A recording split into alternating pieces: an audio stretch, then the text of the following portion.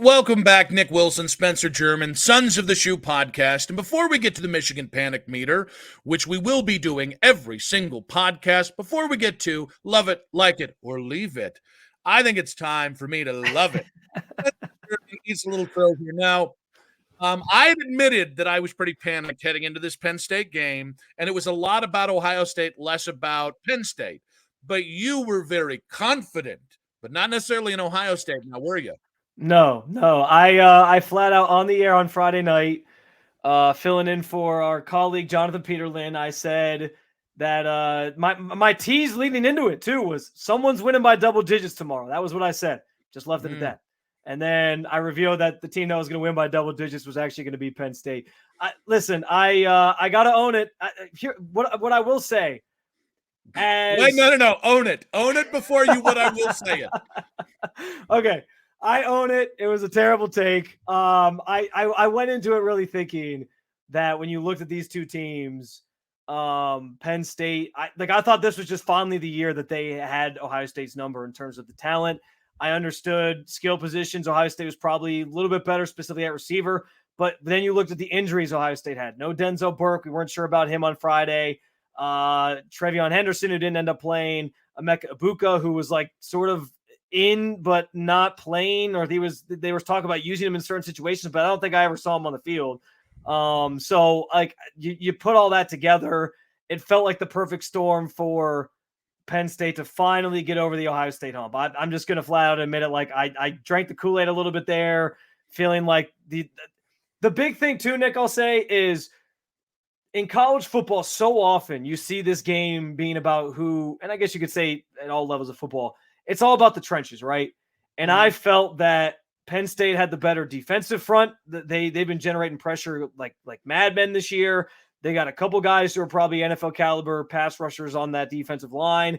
And I thought their offensive line was better, whereas Ohio State's offensive line has struggled in the run game in particular this year. So I just felt this was the year, man. Like I truly felt this was the team because they didn't have the quarterback to sort of erase some of those problems this year. I thought it was the year that Penn State was going to get it done. But I'll give you the floor, and then I want to explain the other perspective I have on this. So you're really guilty of only forgetting one thing, and that is when James Franklin can James Franklin will most certainly James Franklin. So it's funny you say that, because that was what, when we were having that conversation last segment, I was kind of thinking like, you know what, that is the one thing. That is the one thing I didn't mention when I made this prediction was James Franklin, just James Franklin's. And I put too much faith in him, clearly. But in the interest of full disclosure, and you ate crow, so this isn't me eating crow. But what I will tell you is I conveniently forgot to give a prediction for Ohio State-Penn State because in a gambler sense, this felt like a stay away from game. The only thing that felt like a certainty from the gambling side of things was the under. We go the Iowa way, as it were. So that's the only thing that felt safe in the entire darn thing.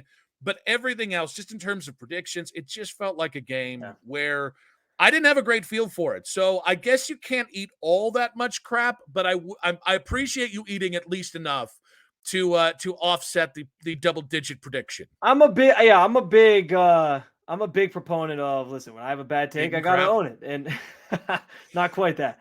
Nobody loves eating crap more than this more guy than right I here. Do. Yeah, more than me. At Spencito on _ on Twitter. No, I if I'm gonna make a take, I got to be able to live with it. I've had this happening before with when it comes to Cavaliers and others, and really like this year. And this kind of leads into the other part of my explanation. This year, I've been kind of over with my Ohio State takes because I said after a couple games, I was like, this team's going to lose multiple games this year was what I kind of said because I thought Notre Dame ripe for losing that one, and they almost did. And then I thought this one, and I thought Michigan. So they may get out of here unscathed until the Michigan game. We'll see. But what I'll say too, Nick, and I said this on the air the other night too, is that I think that the younger generation of fan, like millennial fans, a lot of older fans, they like live or die by the results of their team. It's like, oh, if they lose, day's gone. Like I'm upset and I'm not moving off this couch. I'm just a potato the rest of the day. And if they win, then it's like, oh, I'm going to rub it in all my friends' faces and they're celebrating and all this different stuff. Like their mood is impacted by it. I, as part of this younger generation of fans, I think that I have been sort of just conditioned to prepare myself for the worst. So I tell myself when it's a team I really care about, I tell myself and I get in my head of like, they're just going to lose, just accept it now. And then when it happens, it won't hurt as bad. And then if they win, then you're actually in a good mood because you didn't expect it to happen. So I think there was a little bit of that going on with this prediction as well. All right, so one, millennials are no longer the younger fans. Most millennials are in their damn 30s, Spencito. Well, that's All right. me. So okay. Then I'll just say it's the millennial group of fans. Okay, thank you. Because there's a generation behind us that is very much nipping at our heels here. Now, well, doesn't that generation just not care? They're just like, whatever, it's football. I think that's exactly what everybody said about us when we were younger. Now, I would like to get to the second point of that. You're an Ohio State fan. When have things ever gone poorly for you in your life? Like I've lived, Jim Tressel I was 16 when Jim Tressel took over. And outside of the Fickle year, it's been easy street. They've kicked Michigan's ass more often than not. They've won a couple national titles, have been in the playoffs consistently. Like, I feel like this would be like Richie Rich being like, oh, remember that one time I was only a millionaire. But I think that the thing it's a good point. Like you're right. Generally things go well for Ohio State, but I also think that's the reason why I condition myself that way because listen, how many conversations are had on a daily basis about, I don't want to see the college football playoff expand because these games matter so much. Every single one of these individual games matters so much for what's going to happen.